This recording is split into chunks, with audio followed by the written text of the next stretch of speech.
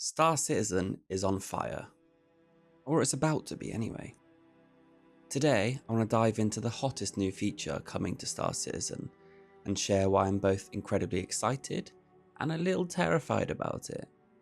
Fire is about to become a real game changer, and I can't wait to see how it shakes up the verse.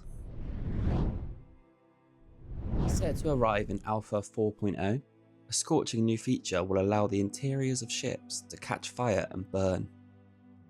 But this isn't just some flashy new visual effect. Fire in Starcitizen is designed to spread dynamically throughout your ship, damaging components and triggering all sorts of chaos. I can already picture the madness as players prank their friends by igniting small fires in the hidden corners of their ships. Christ, by the time I figure out where the hell I am in a caterpillar, my entire ship will be hell on earth.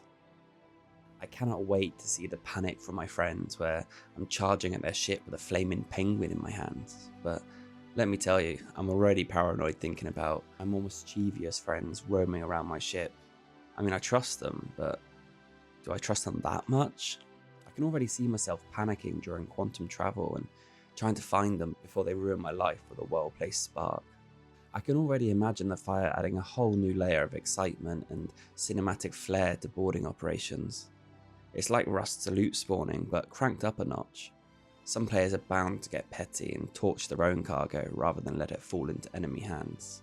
Just picture the chaos. You're boarding a ship, frantically trying to take out the crew, all whilst racing against time to extinguish the flames before everything is lost. And if you pull it off, you'll be flying away from a burnt out wreckage with whatever loot you've managed to salvage. It definitely ups the stakes, doesn't it?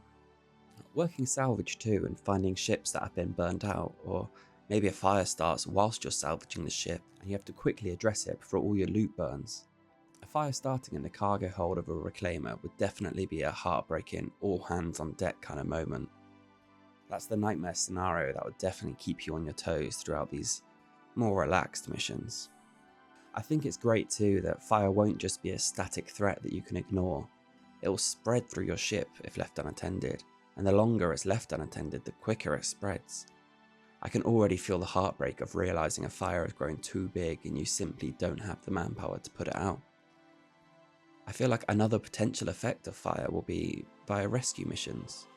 What happens if your quantum drive burns out and you can't repair it in the middle of space? It's going to be quite funny pulling up to a crew of people in a ship that's all black and charred, giving them something to eat and drink and then working on fixing their ship with them. Aesthetically, fire is so epic too. You add fire to any battle, or honestly any scene, and it amplifies it. I can't wait to see how epic the videos are that YouTubers like Bed Bananas make using the fire feature. If you haven't already seen his War for Jumptown video, then you have to go and watch it. It's awesome, it really does show off the potential of the game. I also like the idea of more types of ship damage being added to the game. It'd be so cool to see ships arriving back at the hangar after a long evening of missions, looking worn out and tired, with various levels of damage from gunfire or fires. Something like when you see the submarines coming back to port after a long patrol and they look worn down and weathered. It just adds to the immersion of the game, and will likely make us bond more with our ships. Begging the ship to keep going despite huge amounts of damage so you don't end up stranded in space.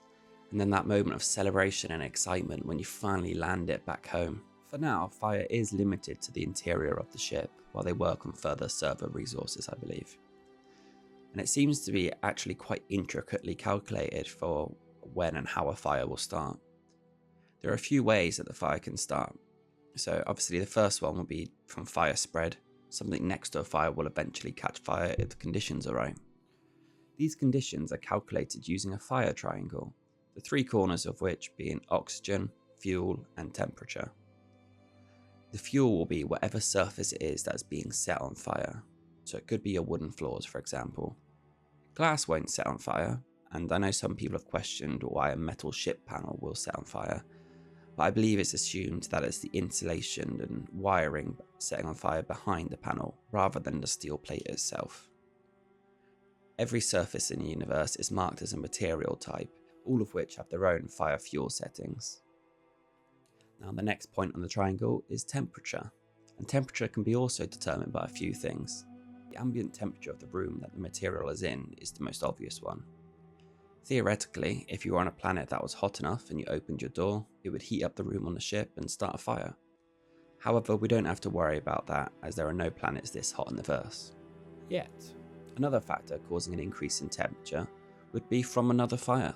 If panel A is on fire, then it will heat up panel B next to it, and eventually, if it's hot enough, that will catch fire too. And the final source of heat would be from some form of ignition source. This could be a misfiring component because the component's condition level is too low and it's still being used. So the longer you use a component without repair, the lower its condition will get and the more likely it is to misfire and ignite a small fire. This can also be done via direct damage to the component, such as someone shooting it. The third point on this triangle is oxygen. As with real life, oxygen is needed to fuel a fire.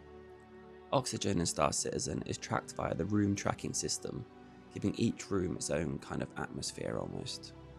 If you're on a ship in space, your life support system is what decides your oxygen level. Whereas if you're in orbit of a planet with your hangar door open, I believe the planet's atmosphere will decide on your level of oxygen. So it sounds like turning off life support or opening all your doors in space might be the best way to fight a giant fire, to be honest. Currently humans cannot be set on fire, but they do feel the damage from it. So don't get too close or it'll kill you. Which may be easier said than done when you're trying to put it out. Fighting the fires also seems quite cool with the fire extinguishers they're adding. Every ship will have them, and they're reloadable using the docks that you get them from. However, if your life support is down, the fire extinguishers won't recharge. I do worry a bit about the networking for fire though. The dev team seems pretty confident about it, but it's such a complex feature with so much data that I do worry about desync issues, meaning I step into something that isn't on fire on my screen and I burn to death anyway because the server thinks it is on fire. I do also worry a bit about server performance, especially during the first few days when people like myself will be testing to see how big of a fire they can make. I am 100% setting fire to a C2 full of cargo. I'm just hoping it doesn't cause a crash. I already can't wait for the future where fire is enabled in other areas of the game. Almost entirely because I want to kamikaze a giant flaming ship straight into Jump Town. Imagine the scenes of that. There's just so much potential for what fire can bring to Starcitizen, both in terms of gameplay and just the sheer chaos it can cause. I'm both excited and a little terrified for what's coming. But that's all I have to say today. Let me know in the comments what you think about the incoming Inferno, and thank you all again for watching. I will see you next time.